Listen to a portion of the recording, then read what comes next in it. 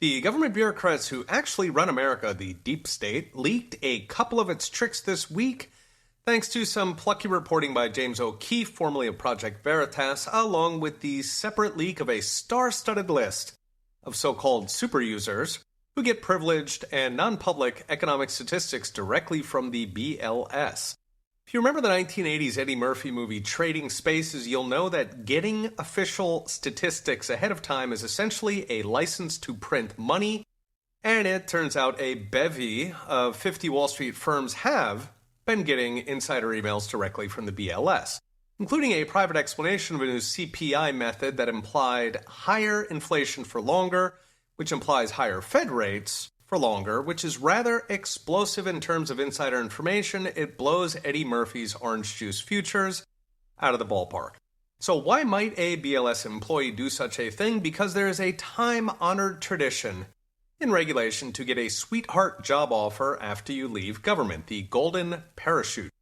So the fox guards the hen house for a couple years, then the other foxes set him up with a Porsche and a beach house in the Hamptons. Nice work if you can get it.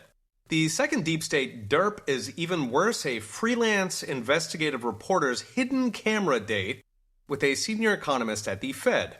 Over drinks, the Ph.D. shared how the entire Fed, including Jerome Powell, sees it as their life's mission to stop Donald Trump, both while he was in office and to stop him coming back. The economist regales with relish how Jerome Powell raised rates immediately after Trump won and kept them high to spite the Don.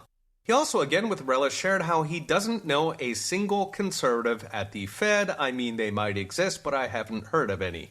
This matters because the Federal Reserve is the unelected bureaucracy who runs our entire economy with almost zero public oversight and almost zero voter input. If the Fed doesn't want it to happen, it won't happen. They finance the trillion-dollar deficits, they cut the rates when Joe Biden needs it, and they apparently hike the rates when it's time to put Trump in his place.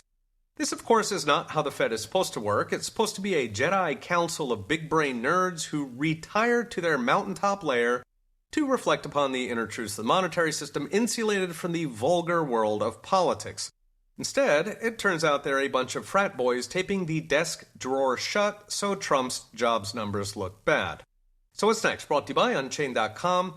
None of these bureaucrats will be disciplined, and none of their organizations will be reformed, because the deep state protects its own, and it quite likes the racket it's got going.